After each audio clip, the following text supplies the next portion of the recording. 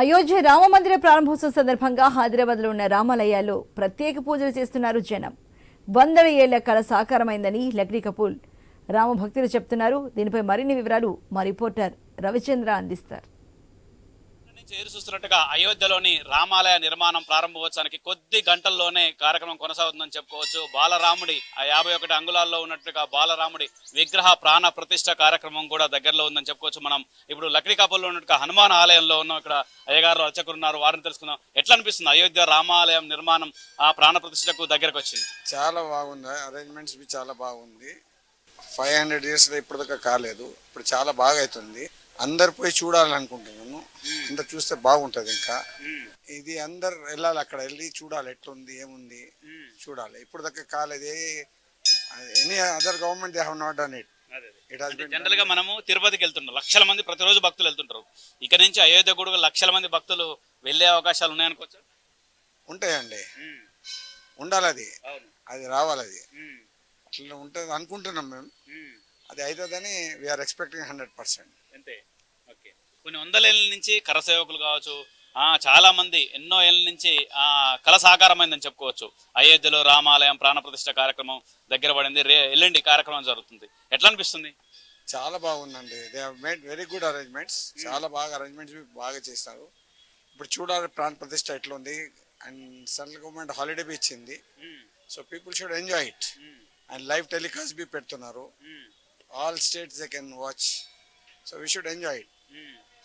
Okay, ఇప్పటివరకు చాలా మంది విఐపీలు కూడా వెళ్తారు. అంటే అక్కడికి వివిధ రాష్ట్రాల ముఖ్యమంత్రులు కావచ్చు, వ్యాపారవేత్తలు అందరూ కూడా వెళ్తుంటారు.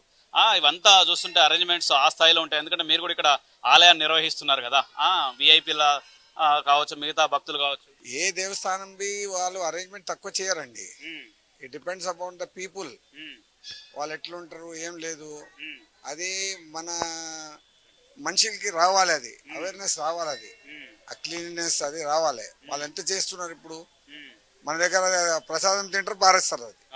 అది అవేర్నెస్ రావాలి, అది శుభ్రతం కావాలి, అది ఉంటే చాలా బాగుంటుంది. మీరు చెప్పండి, అంటే ఎట్లా అనిపిస్తుంది అయోధ్యలో రామాలయం బాలరాముడి ప్రాణ అందరితోని ఆంజనేయ స్వామి చాలా ఖుషి ఉన్నారు. ఆయన స్వామిది అవుతుంది మన దాంతో. ఆయన చాలా దానికోసం మేము కూడా, ఇది ఆంజనేయ స్వామి గుడి కాబట్టి మేము కూడా అట్లనే చేస్తున్నాం. అభిషేకం చేస్తున్నాం, కళ్యాణం చేస్తున్నాం, రథ సేవ చేస్తున్నాం, పాల్కి తీస్తున్నాం, అంతా చేస్తున్నాం. ఆ రోజు మండే రోజు అది ఆంజనేయ స్వామి గుడి ఉంది కాబట్టి ఆంజనేయ స్వామి చాలా ప్రసన్న ఉన్నాడు. కానీ మేము కూడా చాలా ప్రసన్న ఉన్నాం దాంట్లో.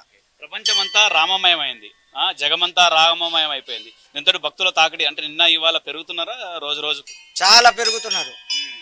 చాలా అవేర్నెస్ వచ్చింది. మన హిందుత్వ చాలా అవుతుంది. ఇది ఇట్లానే అవ్వాలి, ఇది అయి మొత్తం హిందూ కంట్రీ కావాలి. ఇది ఎన్నో ఏళ్ళ కళ సాకారమైంది కదా. ఎట్లా అనిపిస్తుంది? ప్రతి ఒక్కరికి కావచ్చు వచ్చినట్టు వాళ్ళే చేసిన ఆయన మోదీ. ఇది వేరే ఉంటే కాదు, ఆయన చేసిన ఆయన ఒక్కటి దేవుడు. అట్లానే మోదీ చేసింది అది చాలా గొప్ప కార్యం. వేరే ఉండే ఎవరు చేయలేదు, అది ఆయన చేసినాడు. అది చాలా అదృష్టం మనకి. మనం ఇక్కడ ఉన్నాం, ఇండియాలో ఉన్నాం, మోదీ ప్రైమ్ మినిస్టర్ ఉన్నాడంటే చాలా అదృష్టం మనకి. అంటే నిర్మాణం కావచ్చు, ఎందుకంటే మీరు హనుమాన్ ఆలయంలో అర్చకులుగా చేస్తున్నారు, నిర్మాణం కావచ్చు, అదంతా ఎట్లా అనిపిస్తుంది? అంటే ఆలయ నిర్మాణం కావచ్చు, చాలా మంచిగా అవుతుంది.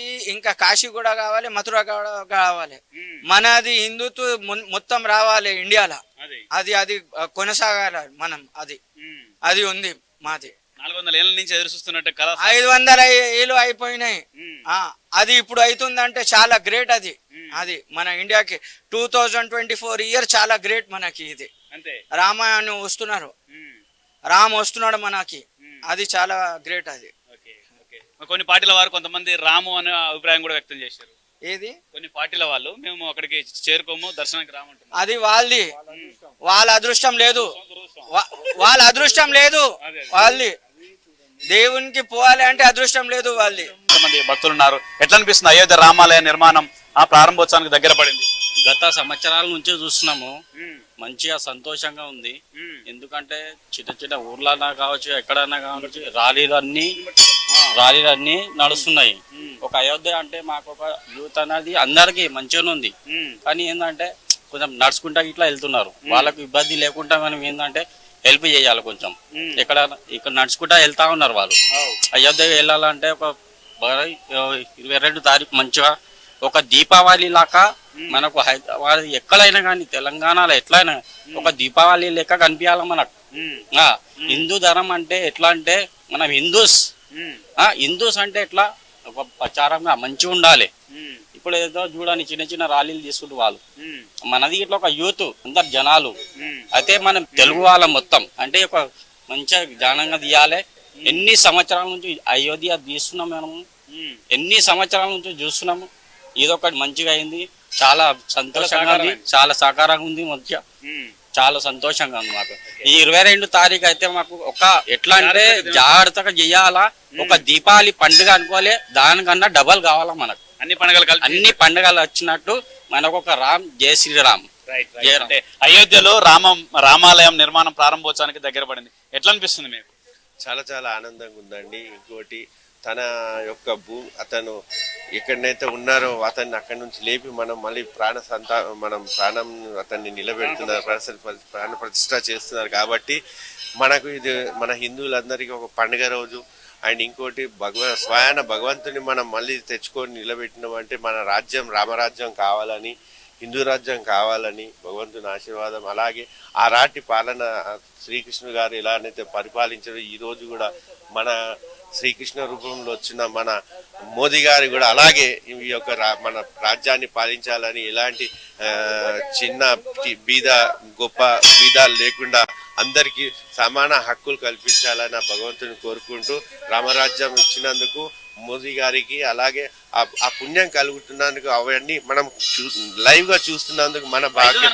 రామాలయం అయోధ్యలో రామాలయం అవుతుంది అనుకుర్రా? జనరల్ గా ఊహించడం ఒక 10 ఏళ్ల క్రితం 20 ఏళ్ల క్రితం ఊహించిన ఫైట్ అయితే పక్కా. ఎందుకంటే భగవంతుడు ఆయన మాయ ఉంటే ఏది కాదు అన్నది, కానీ కొంచెం టైం రావాలి దేనికైనా సరే. ఆ భగవంతుడు ఆ టైంను మనం నిరూపించిండు. ఆయన ఎప్పుడు రావాలనుకున్నాడు అప్పుడే వస్తాడు. కలియుగం రావాలని కలియుగంలో వచ్చిండు.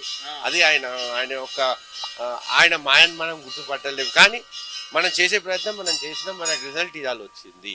దాని గురించి సంతృప్తి పడుతున్నాం. అలాగే ఆ భగవంతుడు అందరికి ఆయుర ఆరోగ్యాలు ఐశ్వర్యాలు ఇవ్వాలని, ఆ శ్రీరామచంద్రుడి కృప అందరికి కలగాలని భగవంతుడితో కోరుతున్నాం. జై శ్రీరామ్. చాలా భక్తి, ఆయన లేనిది ఇంకేం లేదండి. జై శ్రీరామ్. ఎట్లా అనిపిస్తుంది అయోధ్యలో రామాలయం ప్రాణ ప్రతిష్ఠ? సంవత్సరాల తర్వాత మన కళ నెరవేరుతుంది. అది ఒక మోదీ గారితోనే జరిగింది.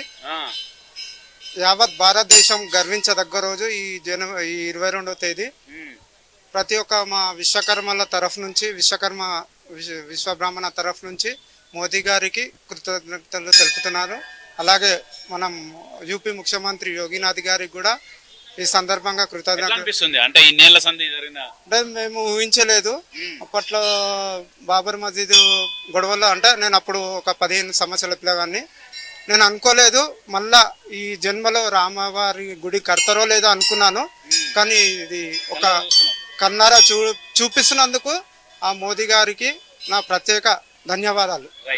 కదా అయోధ్య రామాలయాన్ని దర్శనం చేసుకోవడానికి 1వ తారీఖు నాడు వెళ్తామని చెప్తున్నారు. దీంతో ట్రైన్లు బుక్ చేసుకుని వందల లక్షల మంది భక్తులు అయోధ్యకు చేరుకుంటారని చెప్పుకోవచ్చు. తిరుపతిలో ఏ విధంగా దర్శనం చేసుకుంటారో ఆ విధంగా వెళ్తారని చెప్పుకోవచ్చు. అంతేకాకుండా అయోధ్యలో రామ మందిరం ఏ విధంగా అయితే నిర్మాణం జరిగిందో దాంతోపాటు మధురలో కూడా శ్రీకృష్ణ ఆలయం మిగతా ఆలయాలను కూడా ధ్వంసమైనట్టుగా ఆలయాలను కూడా నిర్మాణం చేయాలన్నట్టుగా అభిప్రాయం వ్యక్తం చేస్తున్నారు భక్తులు. కెమెరా పర్సన్ వినయ్తో రవిచంద్ర, లక్డికాపుల్ హనుమాన్ టెంపుల్ నుంచి.